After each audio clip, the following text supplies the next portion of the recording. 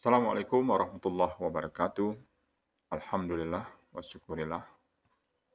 Kita bersyukur kepada Allah Subhanahu wa taala pada kesempatan yang berbahagia ini kita masih diberikan kesempatan untuk bertemu di dalam materi lanjutan kita di dalam Fisika Matematika 2 yaitu tentang fungsi khusus yang dikemas dalam bab 3. Adapun isi dari bab fungsi khusus ini adalah kita akan mempelajari tentang fungsi gamma, fungsi beta, serta hubungan antara fungsi gamma dan fungsi beta.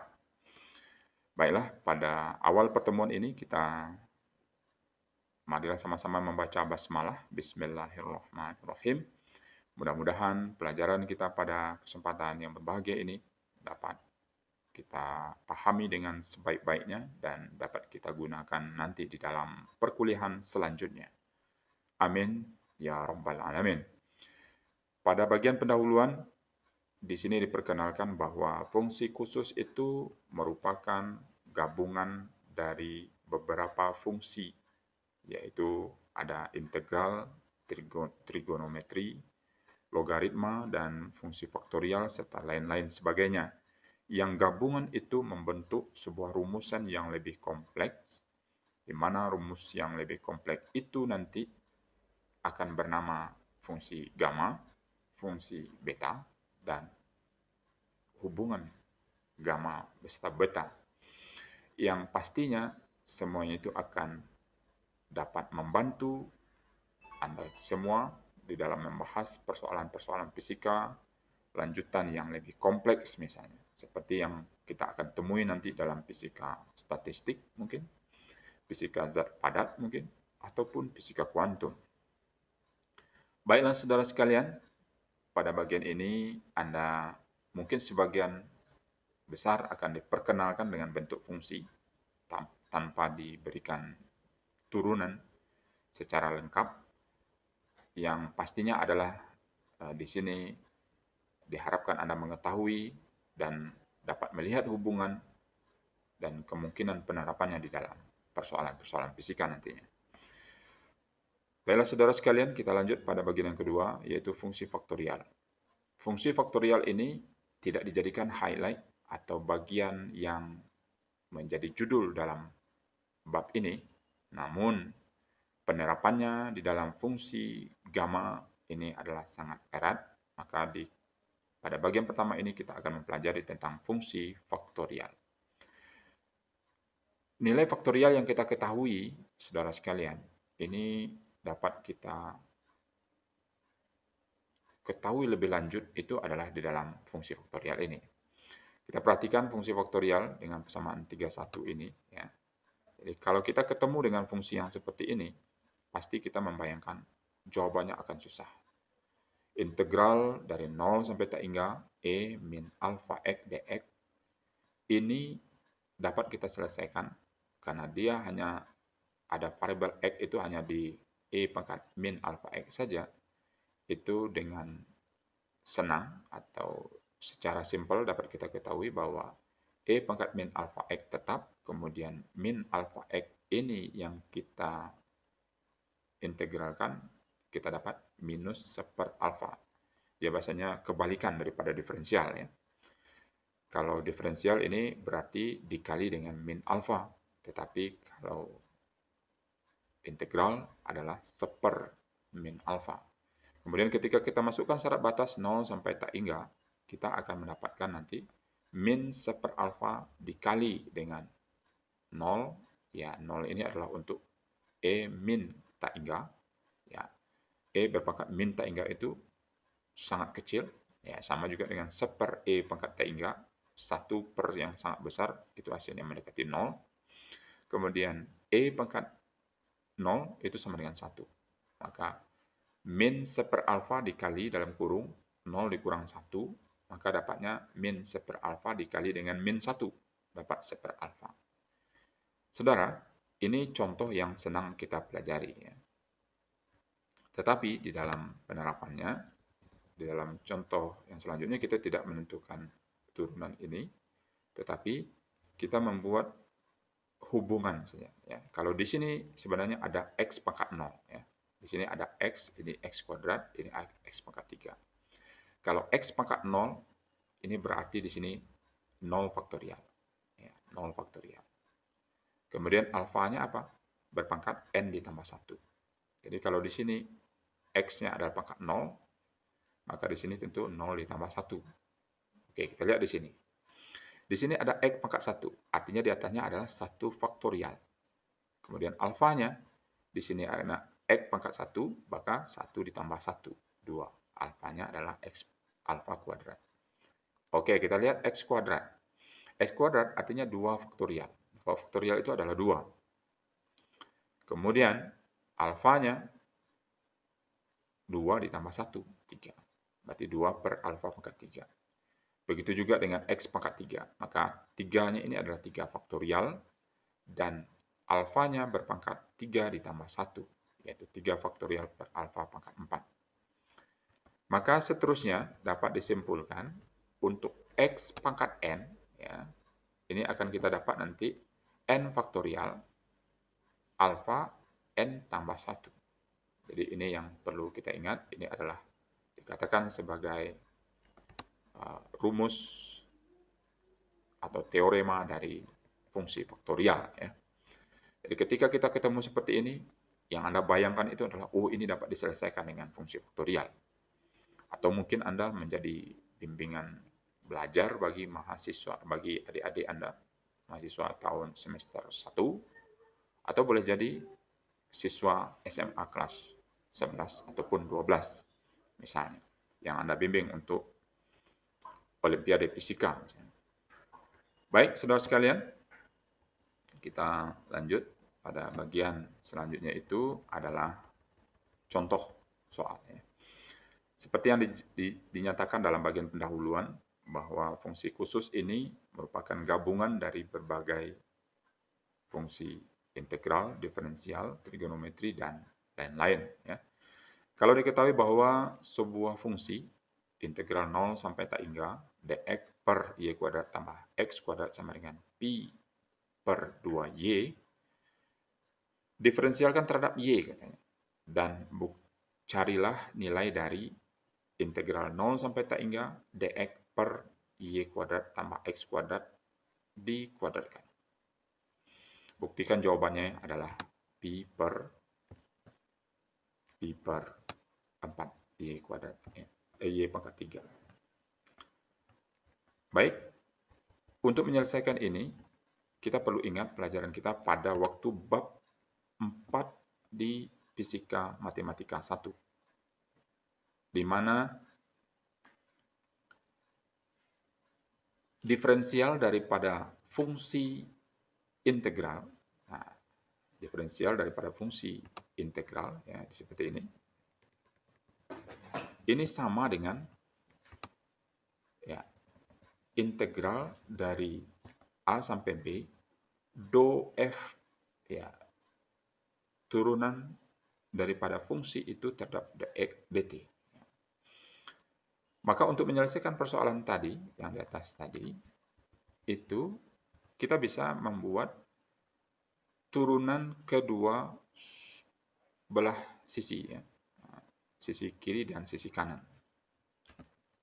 Kita lihat di sini, jika didiferensialkan kedua ruas terhadap y, maka didapatkan ddy 0 sampai tak hingga dx per y kuadrat tambah x kuadrat dx sama juga dengan integral, ya, 0 sampai tak hingga ini, ya, atau a sampai b, do f do y dari 1 per y kuadrat tambah x kuadrat dy, kemudian di sebelah kanannya adalah ddy dari pi per 2y. Sehingga diperoleh bentuk seperti ini. Ingat, hal ini karena dia terhadap dy, ini bisa kita pakai pola u aksen v dikurang u v aksen v kuadrat. Maka dengan senang Anda ini bisa buktikan ini, bahwa kalau 1 sebagai u dan v-nya adalah y kuadrat tambah x kuadrat, kita dapat u aksennya pasti 0, karena tidak ada unsur y di situ. Kemudian ini adalah v, kemudian dikurang 1 ini adalah u, v aksennya adalah ddy dari y kuadrat 2y, ya. Kemudian di bawahnya menjadi V kuadrat. Y kuadrat ditambah X kuadrat dikuadratkan. Kemudian di sebelah kanan, 0 ini datangnya dari Pi. Ya. Pi ini adalah U. U aksen dari Pi adalah 0. Kemudian Y, V-nya adalah 2Y. U aksen V-nya berarti 0 dikali 2Y. Dikurang U V aksen. U-nya adalah Pi, V aksennya adalah 2. Ya. DDY dari 2Y adalah 2. Kemudian di bawahnya berpangkat 2Y kuadrat. Kemudian kita selesaikan, ini bagiannya ini 0, kemudian min 1 dikali 2Y adalah min 2Y. Per Y kuadrat ditambah X kuadrat dikuadratkan, dx. Sama dengan min 2pi, ini ya, ini bagian pertama ini 0, ini min pi dikali 2, min 2pi, kemudian 2Y kuadrat. Sampai di situ bisa dipahami kira-kira? Ya. Kemudian kita sederhanakan dengan memindahkan min 2Y ke sebelah kiri, dari sebelah kiri ke kanan. Ya, ini kita pindahkan ke sini. Nah, jadi seperti ini, supaya kita mendapatkan fungsi yang kita cari. Yang kita carikan ini. Ya. Kita cari ini, nanti ganti A-nya menjadi 0, B-nya menjadi tak inggah. Ya. Maka kita pindahkan min 2pi per 2Y kuadrat dikali dengan min 2Y, karena 2Y ini pindah ke sini. Akhirnya didapatkan ini min 2-nya, ya, min 2 dengan min 2 di bawah bisa kita coret. Ya. Maka apa yang dapat lagi? Pi ini 2Y dikuadratkan dapatnya adalah 4Y kuadrat dikali dengan Y, berarti 4Y pangkat 3. Pi per 4Y pangkat 3. Maka terbuktilah integral dari 0, ini 0 ya. Ini 0 sampai tak hingga, ini kita buat tak hingga. Ini tak hingga.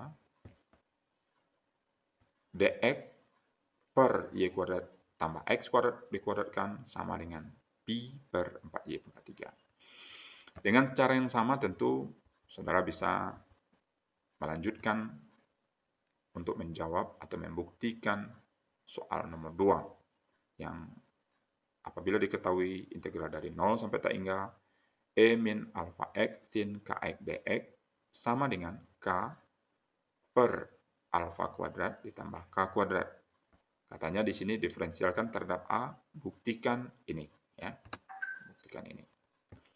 Kemudian di bawahnya, fungsi yang sama diferensialkan terhadap K, buktikan juga ini. Selamat mencobakan. Ya.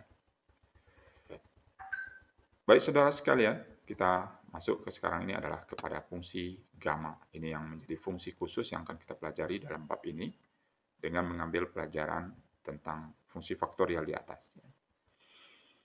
Fungsi gamma secara matematika dapat ditulis seperti ini. Jadi kalau kita ketemu dengan fungsi yang mirip seperti ini, misalnya integral dari 0 sampai tak hingga, X pangkat P dikurang 1, E pangkat min X dx, di mana P itu besar dari 0, ini sama dengan gamma P. Ya, gamma itu dilambangkan seperti ini, seperti huruf T, tetapi dia tidak ada bagian kirinya. Maka kalau seperti ini, maka dinamakan dengan fungsi gamma P. Ya. Tentu di dalam soal tidak akan ketemu dengan X P dikurang 1, tapi mungkin X kuadrat misalnya. Maka X kuadrat ini, ya 2-nya itu sama dengan P dikurang 1. Kalau 2 sama dengan P dikurang 1, maka P berapa? P sama dengan 2 ditambah 1, yaitu 3. Maka X kuadrat E pangkat min X dx itu sama dengan gamma 3. Ya, gamma 3. Lalu berapa nilai gamma 3 itu? Akan kita pelajari hubungan antara fungsi gamma dengan fungsi faktorial. Oke, baik, kita lihat di bawah. Jika P diganti dengan N integer, maka solusi dari fungsi di atas itu dapat berubah. Ya. Misalnya di sini gamma N. Gamma N itu apa? Ya tinggal mengganti P dengan N saja ya. Integral 0 sampai tak hingga X, N kurang 1, E pangkat min X, dx. Ternyata ini sama dengan gamma daripada N. Dan itu juga bersamaan dengan N dikurang 1 faktorial. Maka kita dapat hubungan gamma N sama dengan N dikurang 1 faktorial. Kalau seandainya gamma 3, maka sama dengan 3 dikurang 1 faktorial atau 2 faktorial. Jadi begitu hubungan antara gamma dengan faktorial. Jadi gamma 3 sama dengan berapa? 3 dikurang 1 faktorial. Atau sama dengan 2 faktorial. 2 faktorial berapa? 1 dikali 2. Ya, 2. Tadi, kalau di contoh di atas tadi kita buat apa? Gamma 3. Ya, maka dapatnya 2. Baik, kita lanjutkan. Andaikan di sini gamma n tambah 1. Maka itu sama dengan n faktorial. Nah, ini hubungannya. Ya.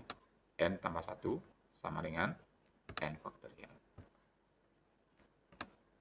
Oke, kita lihat lanjutannya, saudara. Gamma 1 berapa?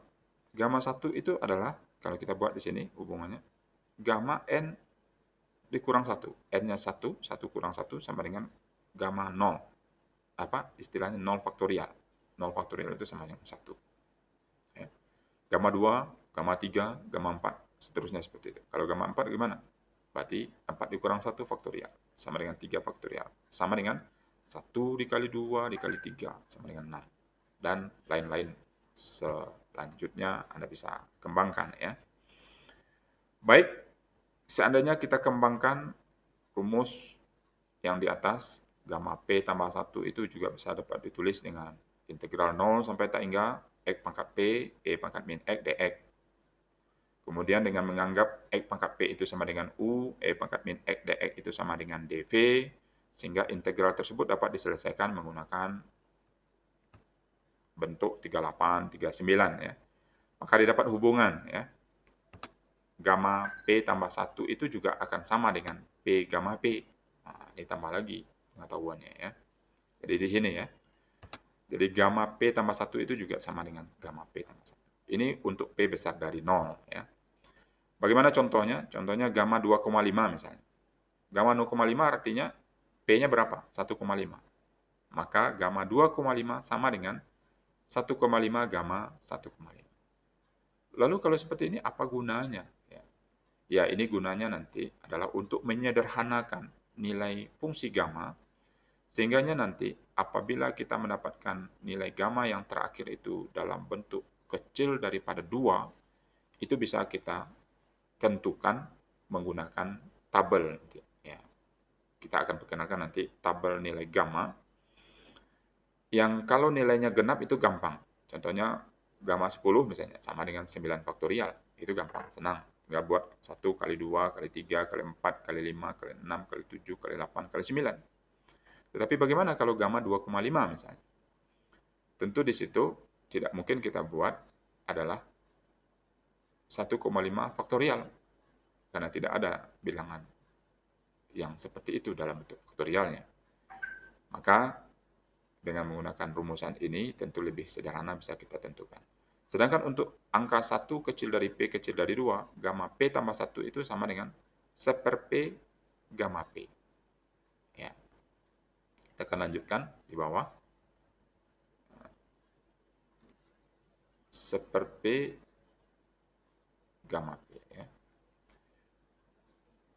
Kalau ini ada contohnya lagi, fungsi gamma untuk P bernilai negatif. Ya. Untuk bernilai negatif. Gamma P itu sama dengan 1/P gamma P tambah 1. Ya. 1/P gamma P tambah 1. Jadi kalau ini dipindahkan, ya, nampaknya tidak ada kaitan hubungannya di sini, tetapi kita lihat nanti kalau seandainya ada kekeliruan kita perbaiki, ya kita perhatikan. Kita lihat contoh di sini ya.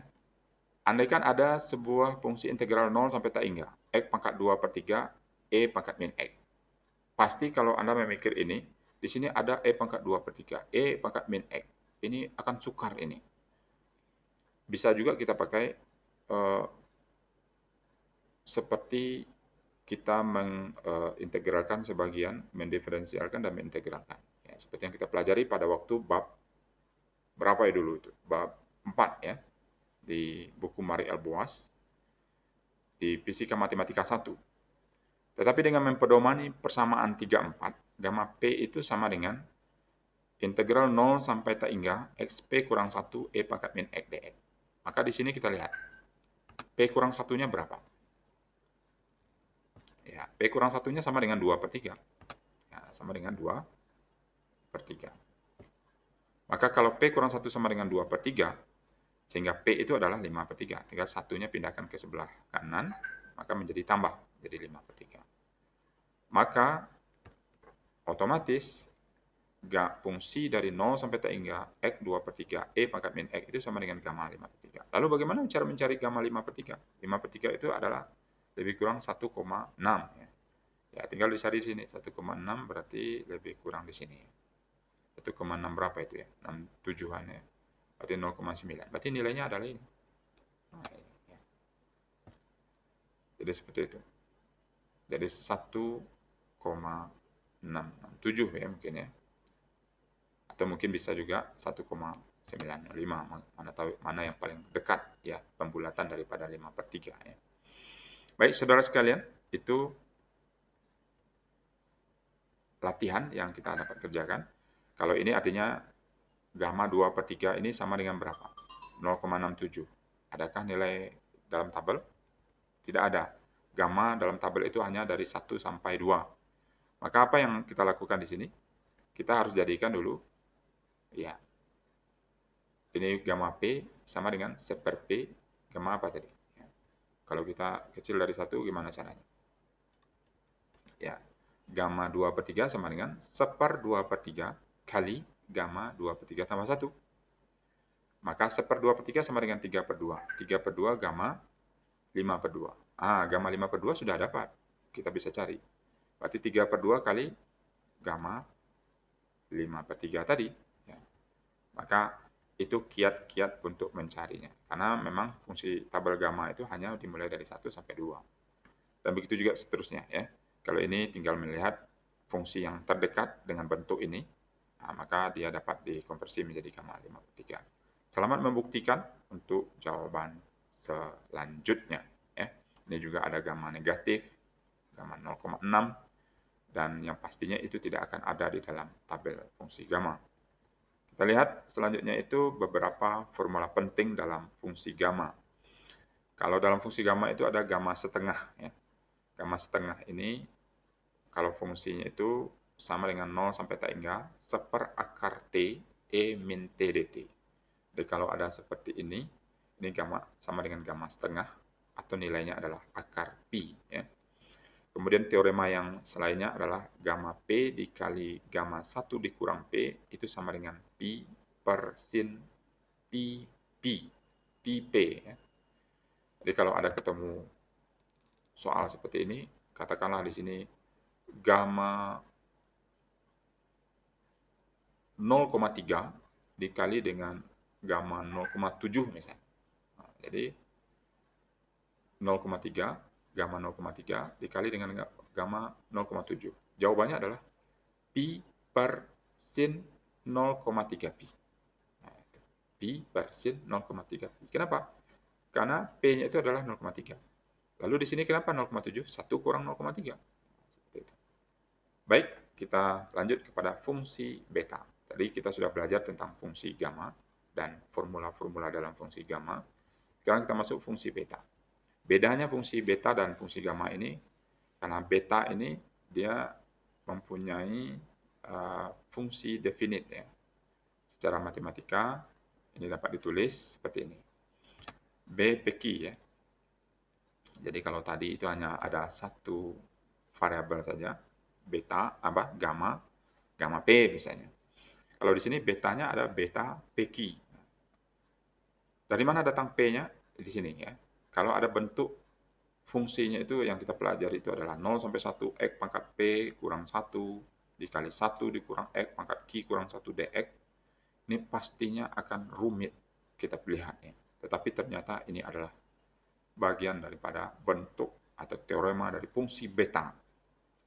Kalau demikian, sehingga kita dapat menentukan nanti berapakah P kurang 1, berapakah Q kurang 1. Tentu yang perlu dipastikan itu adalah bentuknya ini. Ini adalah 1 dikurang X, di sini adalah X saja. Ya. Oke, kita lihat. Nah, Kalau seandainya bentuk yang keduanya seperti ini, ya. Kalau tidak kita temukan bentuk yang seperti di atas, kita cari bentuk yang nomor 2 ini. Apabila 0 sampai A. Nah, kalau tadi berapa? 0 sampai 1 ya. 0 sampai 1. Kalau ini 0 sampai A. Misalnya boleh jadi 0 sampai 7 misalnya. Kalau kita dapatkan di sini Y per A, P pangkat kurang P kurang 1, 1 kurang Y per A, Q kurang 1, DY per A, maka hasilnya apa? 1 per A pangkat P tambah Q dikurang 1, integral 0 sampai A, Y P kurang 1, AY Q kurang 1. Itu bentuk teorema kedua. Ya. Kalau teorema yang ketiga, B PQ, ya, beta PQ itu sama dengan 2 dikali 0 pi per 2 sin theta 2P kurang 1 cos theta 2Q kurang 1 D theta. Ini bagaimana caranya ya Pak? Ya nanti kita lihat ya. Semakin lama semakin membuat kita agak kesukaran ya. Ada lagi bentuk yang keempat. Beta PQ itu untuk 0 sampai tak hingga. Y P kurang 1 per 1 ditambah Y P tambah Q DY. Nanti andaikan Anda semua, saudara sekalian, bertemu dengan salah satu dari bentuk teorema yang ini, ada 4 bisa dia. Bentuk ini dari 0 sampai 1, ini 0 sampai A, artinya A-nya terserah mau sampai bilangan berapa. Kalau ini dalam bentuk trigono, ini 0 sampai 2 pi per 2. Kalau ini dari 0 sampai tak hingga, maka Anda tentu akan bisa merubahnya dalam bentuk fungsi beta. Oke, kita lihat. Kalau di sini dia suruh buktikan persamaan 315. Ini silahkan Anda buktikan nanti, berbantukan sumber yang ada dalam buku Maritel Boas, ya, bab 11. Ya. Ini latihan, buktikan juga bahwa B PQ ini sama dengan B QP. Ya. Jadi beta PQ, rumus yang tadi di atas. Ya. Ini akan sama dengan B QP. Kalau B QP bagaimana pula? Nah, tentu di sininya Q kurang 1 ya. Di sini P kurang 1. Silakan ini Anda buktikan berbantukan buku yang ada di dalam pembahasan yang ada di dalam buku Mariel Boas ya. Sekarang kita masuk yang bagian terakhir itu adalah hubungan antara fungsi gamma dan fungsi beta. Lalu bagaimana ketika kita sudah mendapatkan beta PQ misalnya, beta 21 misalnya, P-nya 2, Q-nya 1. Maka hubungan antara fungsi gamma dan fungsi beta itu beta PQ itu sama dengan gamma P dikali gamma Q per gamma P tambah Q. Nah, jadi setelah kita mendapatkan nilai P dan Q-nya, kita dapat menyelesaikan fungsi itu secara tuntas. Ya. Kita lihat di sini, nyatakan integral 0 sampai tak hingga, X pangkat 3, 1 tambah X pangkat 5 dx. Ini tentu bentuk ini sama dengan teorema yang keempat ini ya. Di mana Y 0 sampai tak hingga Y pangkat P dikurang 1 per 1 tambah Y P tambah Q dy. Kalau di sini kebetulan semuanya X dx ya. X pangkat 3 per 1 tambah X pangkat 5 dx. Otomatis ini dapat kita selesaikan bahwa P dikurang 1 itu 3 ya. Maka ini identik dengan P kurang 1. 3 ini adalah P dikurang 1. Kemudian ya P dikurang 1. Kemudian didapatkanlah P-nya itu 4. Kemudian P ditambah Q itu 5. Ini ya. Ini 5 ini adalah P tambah Q. Sehingga karena P tadi sudah dapat 4, maka Q-nya adalah 1. Maka didapatlah integral ini bernilai beta 4,1. Sehingga berdasarkan persamaan hubungan antara fungsi gamma dan beta tadi, didapat gamma 4 dikali gamma 1 per gamma 4 tambah 1. Gamma 4 itu sama dengan 3 faktorial, gamma 1 itu sama dengan 0 faktorial. 0 faktorial itu adalah 1 per gamma 4. Gamma 4 itu sama dengan gamma 5 sama dengan 4 faktorial. Maka kalau ini diselesaikan, ini sama dengan 1 dikali 2 dikali 3. Di sini 1 dikali 2 kali 3 kali 4, maka dapat 1/4. Ya. Silakan ini dicobakan. Maka latihan selanjutnya Anda akan dihadapkan dengan persoalan seperti ini ya. Anda kan ada 0 sampai 1 misalnya. X pangkat 4 dx akar 1 dikurang X kuadrat. Ini dengan mana yang lebih dekatnya teorema ini ya. Nah, soal ini ya. Ya, kita lihat di sini identik dengan persamaan beta PQ 0 sampai 1. Batasnya sudah jelas sama, tetapi pangkat X-nya ini berbeda yang khusus di bagian di dalam kurung ya. Di sini dalam kurungnya adalah 1 dikurang X, tapi yang ada di sini 1 dikurang X kuadrat. Maka apa yang kita lakukan? Kita harus membuat pemisalan ya. Pemisalan agar berubah bentuknya itu menjadi 1 dikurang X dikali Q berpangkat Q kurang 1. Maka yang kita lakukan itu adalah kita misalkan X kuadrat itu sama dengan P. Sehingga dp dx itu sama dengan 2X. Jadi kita misalkan ini menjadi P. Jadi nanti kalau kita ganti tentu 1 dikurang P ya. Supaya dia mirip dengan ini ya, 1 kurang X. Kemudian dp dx itu adalah 2X. Lalu dx-nya berapa? Dx kita pindahkan ke sini maka dp per 2X ya.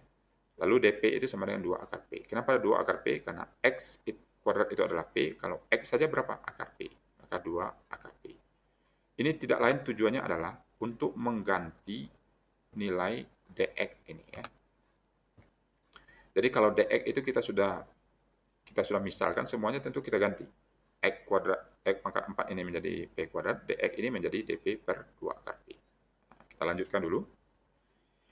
Di samping itu karena X kuadrat itu sama dengan P, maka X pangkat 4 itu adalah P kuadrat. Sehingganya kita akan dapat lihat bentuk barunya. Ya, bentuk barunya dari fungsi di atas adalah setelah kita misalkan itu menjadi, kebetulan syarat batasnya bagaimana? Coba, kalau syarat batas, kalau X-nya 0, P-nya berapa? 0 juga kan? Kalau X-nya 1, P-nya juga 1. Maka syarat batasnya tidak berubah. Maka X pangkat 4 menjadi P kuadrat. 1 dikurang X kuadrat menjadi 1 kurang P. Sudah samakah dengan teorema yang tadi? Sudah sama. Sekarang kita selesaikan. dx-nya diganti dengan apa? dp per akar 2p. Nah, ini dx ini diganti dengan dp per akar 2p. Lalu, 2-nya kita pindahkan ke depan menjadi setengah. 0 sampai 1. Kenapa p pangkat 3 per 2? Di sini ada p kuadrat, di sini akar p. Kita pindahkan, kita selesaikan menjadi p pangkat 3 per 2. 2 dikurang setengah ya. Akar 1 kurang dp.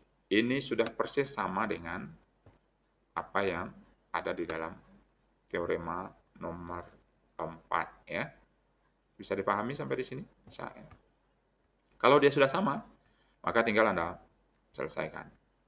Bahwa P dikurang 1 itu sama dengan 3 per 2. Bahwa sehingga didapatkan P-nya adalah 5 per 2. Sementara Q dikurang 1 itu sama dengan min setengah. Ya, min setengah. Kenapa min setengah? Karena ini naik ke atas adalah pangkat 1 dikurang P pangkat min setengah ya. Maka sehingga Q dapat adalah setengah. Sehingganya setengah dari 0 sampai 1 P pangkat 3 per 2 per akar 1 dikurang P dp, ini sama dengan setengah beta 5 per 2 setengah. Maka dengan mencari menggunakan hubungan antara persamaan beta dan gamma, ini nilai ini bisa kita cari. Tetapi kunci jawabannya sudah sampai di sini. Cukup Anda jawab sampai di situ juga sudah oke ya. Baik saudara sekalian, itulah yang dapat kita pelajari di dalam bab ini. Lalu untuk mematangkan pengetahuan Anda, tentu Anda buktikan soal 2345 ini. Anda buat yang nomor urut namanya dengan nomor ganjil, kerjakan soal ganjil 3 dan 5, kemudian yang genap 2 dan 4. Untuk semua bagian ya. Untuk semua bagian. Minimal Anda mengerjakannya itu 3 soal masing-masing. Selamat mengerjakan dan mudah-mudahan Anda bisa memahami pelajaran ini dan silakan Anda ulang-ulang seandainya masih belum memahami secara maksimal. Kita akhiri bagian bab 3 ini dengan membacakan Alhamdulillahirabbil alamin. Assalamualaikum warahmatullahi wabarakatuh.